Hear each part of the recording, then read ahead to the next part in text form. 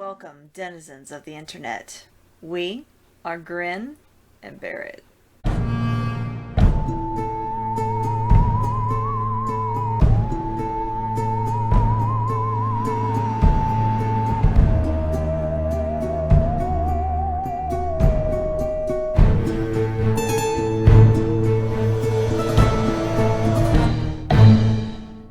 I'm Macy, and I'm drinking lemonade and vodka. Had to think for a second. In this spooky cup. Spooky. That's going to be your cup for all the spooky season episodes. No, I have more. You're like, no. That's just for these. I have more. I'm Knuckles, and I'm drinking blueberry Merlot, like a proper vampire. Delish. I'm Iris, and I'm drinking Jack out of a skull. I'm Alice, and I too am drinking out of a skull, but I have bourbon ball. I like this because three of y'all have skulls in some way. This is very spooky. Yep. I do have a martini glass from the set of Lucifer. I don't know if it's from the set, but it has Lucifer on it because one of our mutual friends' husbands works for like a Fox affiliate. And he asked me, he's like, hey, I'm getting rid of a bunch of stuff. You want this Lucifer glass? I know you like Lucifer. I'm like, yeah. Like, Yes, are you kidding me? Thank you. Thank you for thinking of me. Like, yeah. So on this episode, we are going to be talking about our favorite horror movies. And they're all in different subgenres. So I think we pretty much like have everything covered, which is kind of cool. But yeah, so we will be talking about horror movies, and then also like our favorite movies that we like to watch during Halloween time, which may not necessarily be horror, but they're definitely spooky fall stuff. So I believe we are going to start with Alice today. Yes. So mine is the subgenre of horror musicals, and my favorite of the bunch is Repo, the Genetic Opera. And I am dressed as the grave robber, glamorous as he is, and I made my own Zydrate. So Hey, Alice, what does Zydrate come in? a little glass vial. Little glass vial? Who has A little glass vial. This actually is a glass vial. Alright, so starting with the synopsis, in the mid-21st century, an epidemic of organ failures leads to the rise of GeneCo, a company providing transplants at a great price. Basically, you need new organs and you have to finance them because they're expensive. It doesn't sound all that outlandish these days. Yeah. I mean, have you seen the hospital bills lately? Yeah. But yeah, so it is an opera. It's based on a rock opera that they converted into a movie. It stars Anthony Stewart Head of Buffy fame, Alexa Vega, who plays Shiloh of Spy Kids fame. Those were the only two that I knew going into it. I got recommendation old school. I went to a bookstore, went to the DVD section, and was recommended the title by the affiliate associate there. And he was actually spot on. Perfect recommendation. But yeah, so it has operatic music, it has rock music, all the songs are very well crafted, they flow into the scenery very well. The costuming is great, like it's just one of my favorite films to watch. I watch it around Halloween time and right before I have surgery. Alice, It calms me down before I have surgery, so I watch it. I literally watched it in a parking lot waiting to go in to have my wisdom teeth removed. Oh my gosh. And I watched it on my cell phone in my gown while awaiting surgery on my throat. That's really cute, though. It's like And your the comfort nurse comes blanket. in and is like, Zydrate comes in. My mom was giving me like... The nurse comes in with the gun and then puts the Zydrate in and is like, are you ready for surgery, Miss Alice? And they're just like, can I finish the movie first? I mean, you usually wait a very long time. I had plenty of time to finish the movie. Yes. And then also play some video games while I was trying not to freak out. Oh. My anxiety and anticipating having people knock me unconscious and cut parts of me off does not jive. Nope, I can handle a lot. Like, I love horror. It's different when it's happening to you. Correct. It's different when it's in real life. It's like, no, thank you. Yeah. No, Like, cause I you don't can like always this. be like, oh, it's a fake prop. You can see how they did it, which I love figuring out how everything's done. Like the Saw movies, all those props were actually functional. Cool. They were disabled so that they wouldn't actually hurt anyone, but they could have. You know.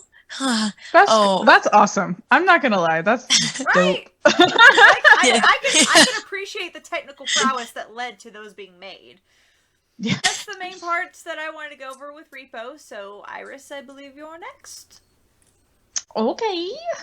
I might be looking like a scary zombie, but my my genre was like sort of Disney Channel original movies, like campy cute not horror, but campy cute like Halloween movies. And I wanted to pick, like, the quintessential one is obviously Halloween Town, but I wanted to pick something tiny bit more obscure than that, and I want to talk about Tower of Terror. This came out in 1997, and it actually, like, for kids is slightly scary. It has a few horror notes in it. There's a scene where, like, there's a horror, like a little baby girl ghost, like, coming down like a hallway, and there's rain coming down, and she's singing like rain, rain, go away. Creepy. Yeah, it's like there's like little creepy notes in it, but it definitely is fine for, like, you know, your 5-year-old to watch. Like, but it's basically like a quick synopsis of the story of Tower of Terror.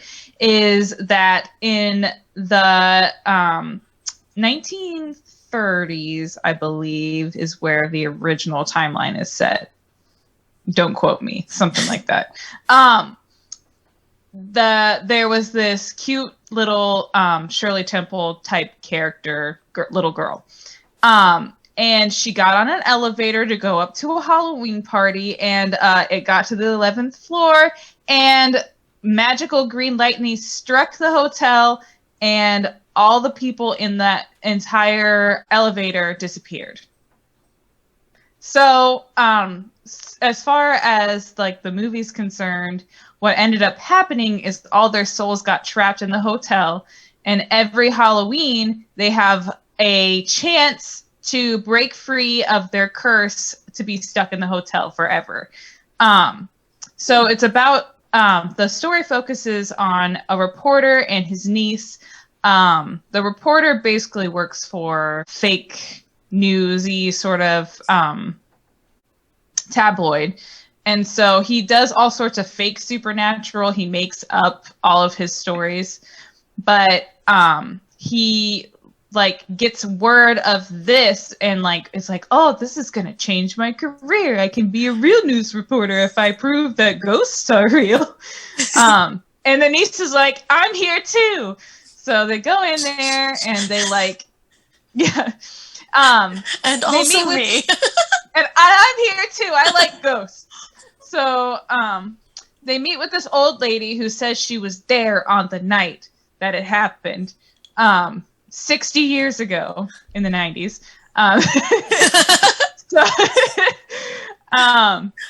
She was there on the night that it happened. Anyway, the spoiler warning for Tower of Terror. It's been out since 1997, so. Watch the whole thing. Please, it's really good. It actually is really cute. It's hard to find. I mean, I love the ride. Yeah, it's based on the ride. Mm. It was one of the first movies that was based on one of the Disney rides. But Love it. they actually, quick aside, they actually filmed a lot of the movie in the ride. That's cool. That makes sense. Love it. But in the Florida version. Anyway, Yeah. so So anyway, the spoiler warning is this old lady is actually Sally Shine, who is like the Shirley Temple character. It's her sister, and she got a book of witchcraft and like put this spell on her sister to damn her soul to hell. What?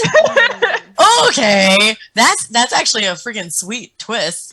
Yeah, like, it is really good. And then so she sends them in to go collect items from all of the other people that were trapped on the hotel because her spell didn't encompass everybody, which is why it backfired and just trapped them in the tower, well, in the hotel.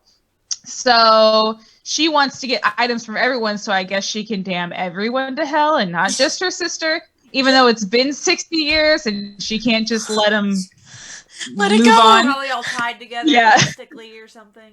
Let it go, Ethel. Right, yeah. Jesus. But it ends up resolving because they figure out that she's the sister, and the sister comes in and is like, the party that was upstairs was actually a birthday party for you. It wasn't about me. Like, I was going to give you this gift when we got there. And then, like, everything ends up going well, and I guess they don't go to hell. I don't know.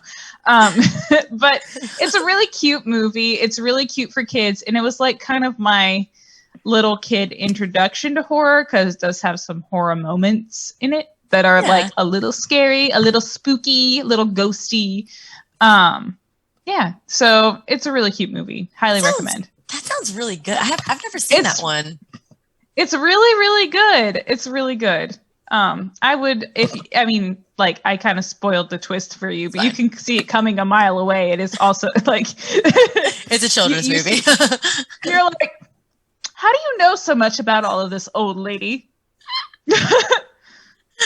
I really like that. Like, you're guessing as it comes along. That sounds really cute.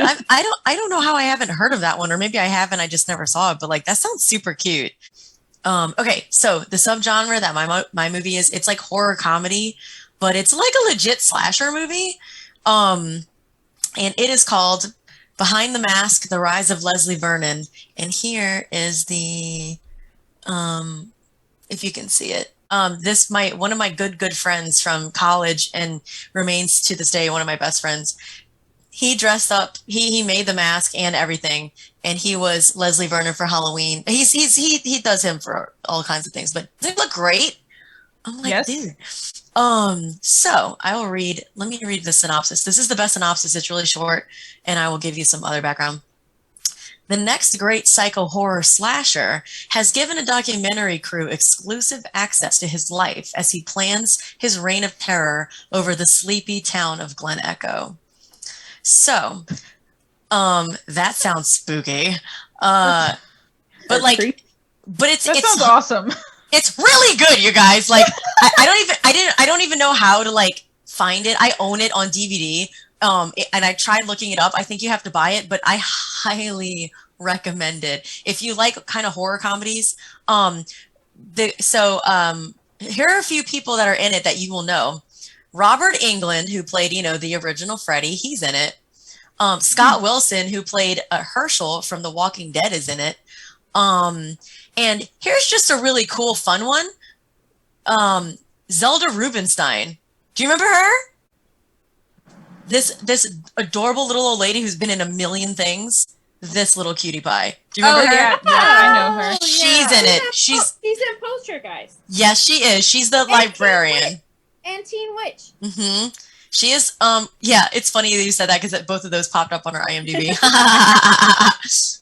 It's filmed in two ways. Most of it is the documentary crew, and the main character basically she gets her band of people together, and she's like, okay, I've been in touch with this legend. Like, we got in contact, we've been talking. He wants to meet us, and he wants to show us how he does what he does. So they meet Leslie Vernon, the serial killer, out at his abandoned farm that's out in like this town called Glen Echo. So they go out there, and he like pops up, and he's like, "Oh, I scared you," and then like he takes them around the entire.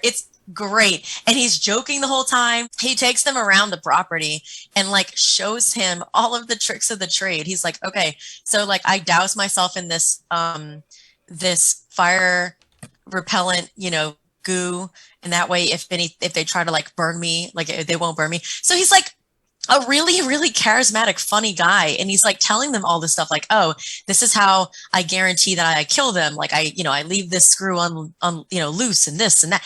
And the whole time they're like thinking like, yeah, this guy's just, we're acting like he's really like a serial killer, but like, this isn't real, right? Like, no, we're just doing this for our thesis or whatever. So they go through, Robert Englund's character comes in. He's kind of like the guy that's trying to track down Leslie Vernon and stop him from, committing these crimes that he's saying he's going to commit.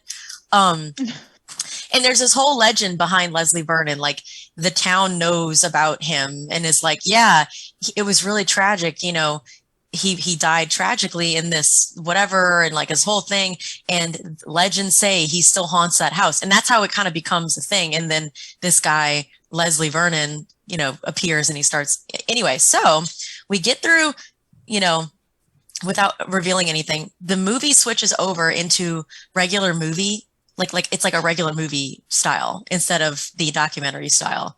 And then that's when everything gets real, and it's really, really good. So it basically goes from horror comedy to slasher film, and it's great. Like highly recommend this movie. It's probably my favorite slasher film. And it's like, it's a cult hit, but like not a lot of people know about it. So that's why every chance I get, I talk about it. I used to talk about Trick or Treat, like I talk about Behind the Mask, but now that like Spirit makes sure that you know what Trick or Treat is, I don't have to worry about that anymore. Spirit was like, we love this aesthetic. Watch the movie. So I mean, no, you're right. Like, yeah, Spirit's like, oh man, yeah, like Rules of Halloween, like all of it. Anna Paquin's in it. Like Trick or Treat's so good. But so yeah, this came out, I meant to say the year, I believe it's 2006. Yeah. So this came out 2006. Trick or Treat was like 08 or 09 or something. So yeah, highly recommend. You're gonna fall for the serial killer guy. You're gonna fall for Leslie Vernon. He's extremely charming. He's really cute. Like he's just, I don't know, he's really great. So highly recommend. I don't think you can stream it for free. You'll have to buy it, but it's worth it. You'll be going back and watching it again because it's very funny and also very good. My movie that I picked is Practical Magic, but it doesn't fall under any normal. It has magic in the title. You'd think it would fall under something spooky, but it actually is a fantasy romance, which to me is very weird. Maybe they just didn't have the verbiage for chick flick horror. Yeah, chick flick horror. Women's horror. So Practical Magic, it's about witches. Okay. So there's two witch sisters raised by their kooky aunts in a small town, and they face closed-minded prejudice, a curse, and a family curse which threatens to prevent them ever finding lasting love. Aww. So it's also based off a book. I never read the book. It's okay. So it's it came out 98. Oh, I thought it was older than that. Okay. Yeah. It has an 80s vibe to it. Yeah. Because okay, spoiler alert, they get away with murder. And no one goes to jail, and I'm like, that's so 80s. And I'm like, how did they get away? But it's so cheesy. Like it's the cheesiest movie ever. It's really cute, and it's Sandra Bullock and Nicole Kidman. They play sisters. They always have, everybody in the family always has two daughters, and it's always a brunette and a redhead. I don't know how that works, and it doesn't seem like they have men, so I don't know how the gene, but it's supposed to fall because the family curse follows a woman who basically was she ended up getting knocked up in like I don't know what time period it's like. I guess like back ye old pilgrim days or whatever. Yeah, like Salem witch trial kind of thing. And ye old pilgrim days. Like, yeah, and so she gets knocked up. Her lover doesn't come to her. So basically, her love for him turns into a curse. Like hatred, and she ends up dying alone, and so she curses all of and so her self curse turns into a curse on her family. So anybody that falls in love with the women of this line, the men will die young. So I don't know. It sounds pretty good to me. But it's about family and love, and they actually do magic. So I'm not giving it justice. You need to watch it, but it has a very 80s, 90s vibe. Yeah. So there you go. I butchered it, but it's awesome. You should watch it, and you can. It's currently playing on HBO right now. Yay! Do y'all want to talk really quick? Before we wrap up the episode, just list and talk about our favorite movies that we like to watch every Halloween.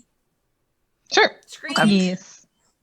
Scream. Okay. Scream series. I love them all. All right. My sister's favorite is actually Scream 3. Okay. Her favorite's 3, and then 1, and then 4, and then 2. Okay, I have a question for you. Have you watched the MTV TV Screams? And they do. I tried. They're not that, but you can't stop them. You have to watch them. You have to binge them, or you hate them. I didn't watch the latest. There's they redo it, like they did like a 1 through 3, I think, and then they follow the same characters, and they do like this weird like 2-parter thing. If you like the slash thing, like I like some of the actors in it, so that's why I kept watching it. And then they do it again. It's only 6 episodes, like for season 4 or something. I could be wrong. Oh, okay. But they redo the cast, but they still use the Scream face that has changed over the years. That's not Ghostface. That was good. I like that. Y'all were making me remember. I like Scream Queens. That's a fun show. I never watched the 2nd season, but I love the 1st season. I never got into it. I really wanted to watch it, but I didn't have access to it. It's probably up if you want to watch it. Like that. That's a good one. There was another one that I was just thinking of, and it went right out my head. Trick or Treat, obviously. Can I give you my list? So yeah. You can find it on Disney Plus. Mr. Boogedy and The Bride of Mr. Boogedy. So yeah, Mr. Boogedy, Hocus Pocus, the Halloween episode from Buffy Vampire Slayer. Oh yeah. And because it falls under fall, the Thanksgiving episode of Buffy. It's called Pangs. I couldn't remember the name. That's a good one. I think Iris wanted to go next. So. I always watch Nightmare Before Christmas. Actually, from October 1st until like December 31st, it's Nightmare Before Christmas season. So we watch it. We watch it as many times as we can throughout that entire 3-month period. We watched The Black Cauldron. Mm-hmm. Not that that's Halloween specific, but it's spooky, so it's like not seasonal, but the season reminds me to watch it. I like to watch Seven. That's also not a Halloween movie, but I watched it once on Halloween. My first Halloween I spent by myself. I watched Seven in a dark house by myself in the middle of the country. No, girl. I know. And it was fantastic. So now I watch it around Halloween. On the topic of that, we were talking about film styles earlier. In that movie, they use a film style called cutting her head off every time they show Gwyneth Paltrow on the screen. Oh, yeah, I remember that. Yeah. Yes. Every shot with her is a type of filming where it's called cutting her head off. Yeah, and I also watch Halloween Town. I love all of the Hotel Transylvanias. It's kind of a problem. Every time I watch one, especially the sequels, the first one is okay, that was cute, whatever. But the sequels are actually really good. And every time I watch one, I'm like, this has no right to be as good as it is. Why do I like this so much? It's something that it just hits the right notes for you, man. I totally get it. Also, I just want to say I love the fact that you were like, I don't know, I just watch a lot of little kid movies and Seven. like, Seven. like, hold on. You don't only watch little kid movies. Seven is not a little kid movie. I'm very basic too. I would say basic, but like I grew up with Hocus Pocus and Nightmare Before Christmas. So those are two that I watch. I watch Trick or Treat every year because duh. But I also really love a couple of other movies that just flew right out of my head. I love Horns. That's a fun one. Fright Night, the remake, is really, really fun to watch around this time. Show? Finally saw it. I need to. You watched it? It's yes, oh my gosh! Awesome. Was David Tennant not just? Oh my god, he was scrumptious. So hot. Goodness, he's basically the 10th Doctor, but he wears leather, doesn't really particularly like shirts, and has guy liner and swears. Like it's so sexy. But he's more of an ass. Oh yeah, I don't know, man. He seems more of an ass than a nice guy. I don't know. He's got that same spunk that the 10th Doctor does. I think he just adds some curse words, and I think that's why he is the way he is. That's probably it. I'll need to rewatch it. I only saw it once, but it was right after he did Doctor Who, so that would make sense. He hadn't shed it yet. And I have this really stupid tradition of vowing. I'm not kidding, y'all. Vowing to watch Rocky Horror and then never getting around to it every single year. I went ahead and I grabbed a couple of movies from my childhood that, well, not all of them are from my childhood, but The Canterville Ghost. Remember that one? Patrick Stewart and Neve Campbell. Mm-hmm.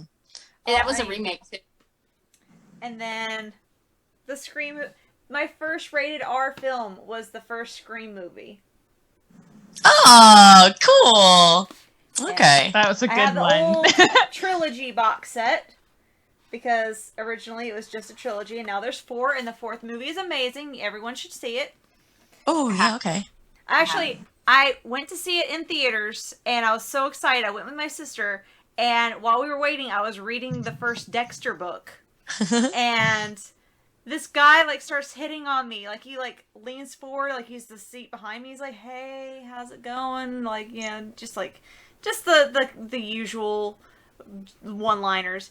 And I'm irritated because I'm reading. And I flip my book closed, and it's got a giant knife on the cover. I'm like, can I help you? It's like, no, I'm good. Enjoy your movie and your book. Okay.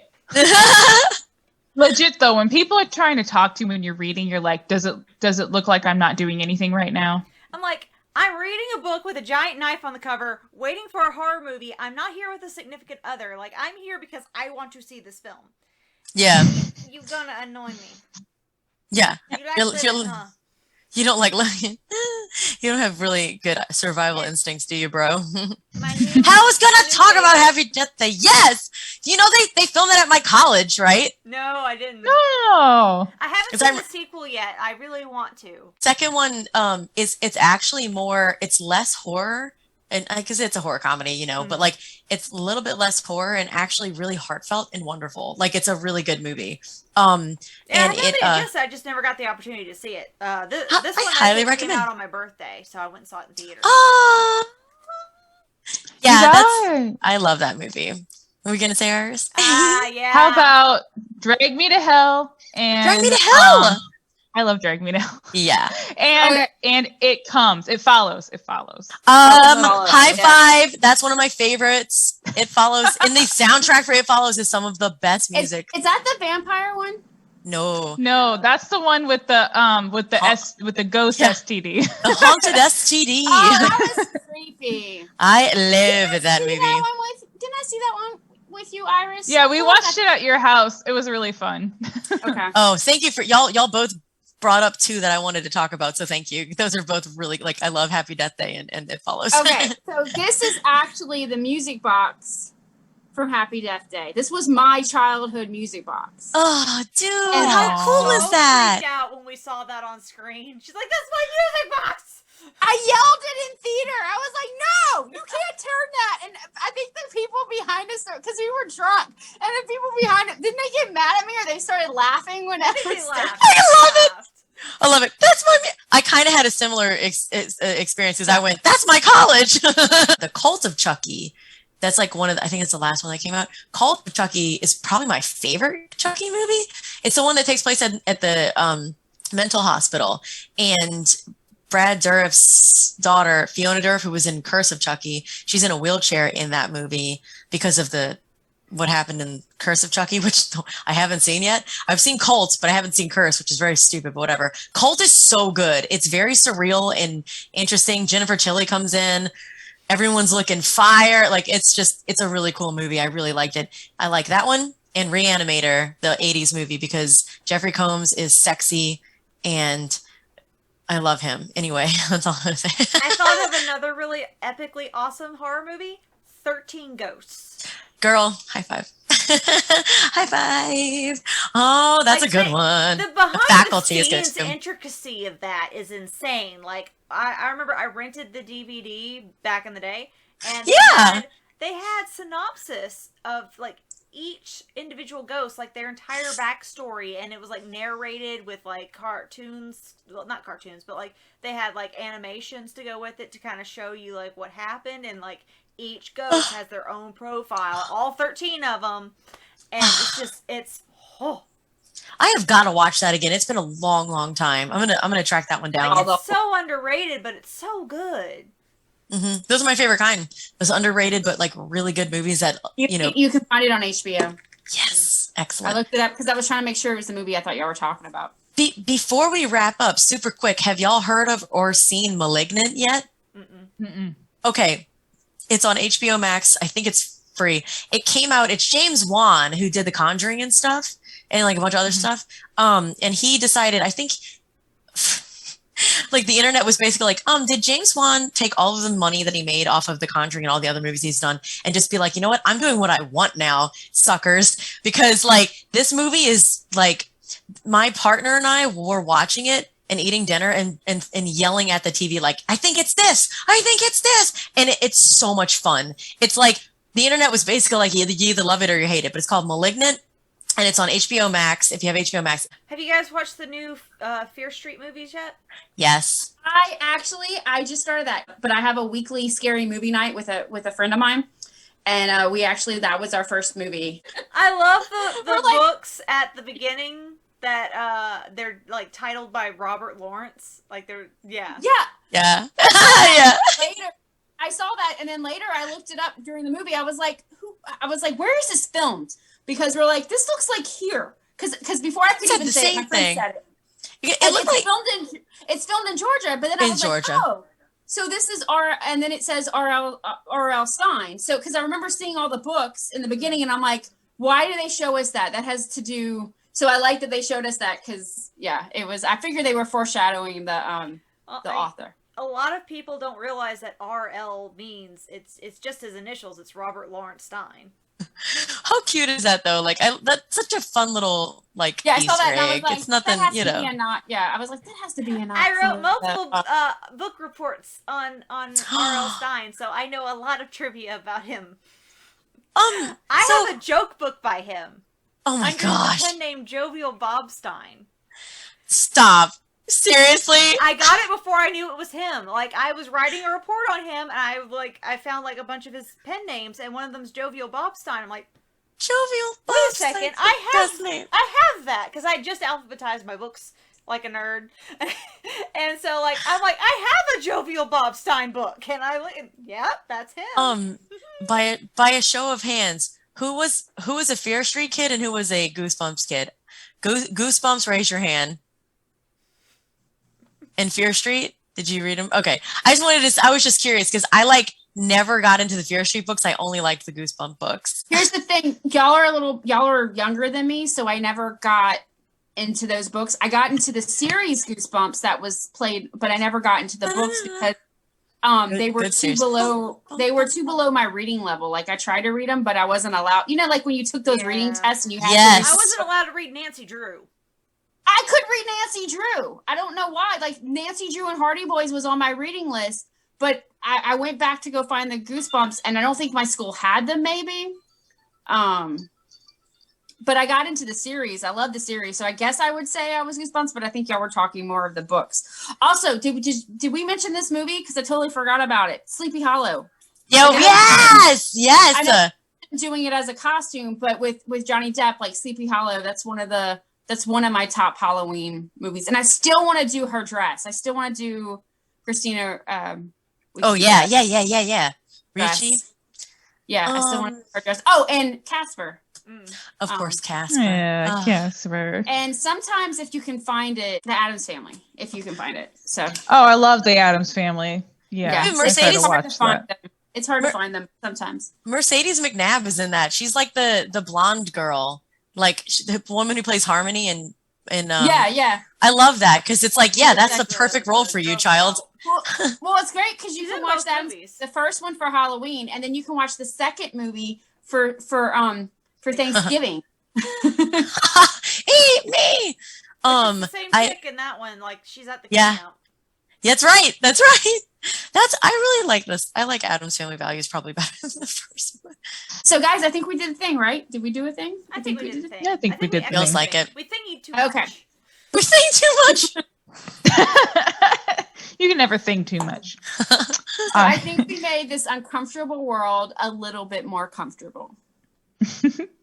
All right. So, like if you did, share if you think you should, and subscribe if you want to live. All right. Well, thank you. We'll see you later. Bye. Bye.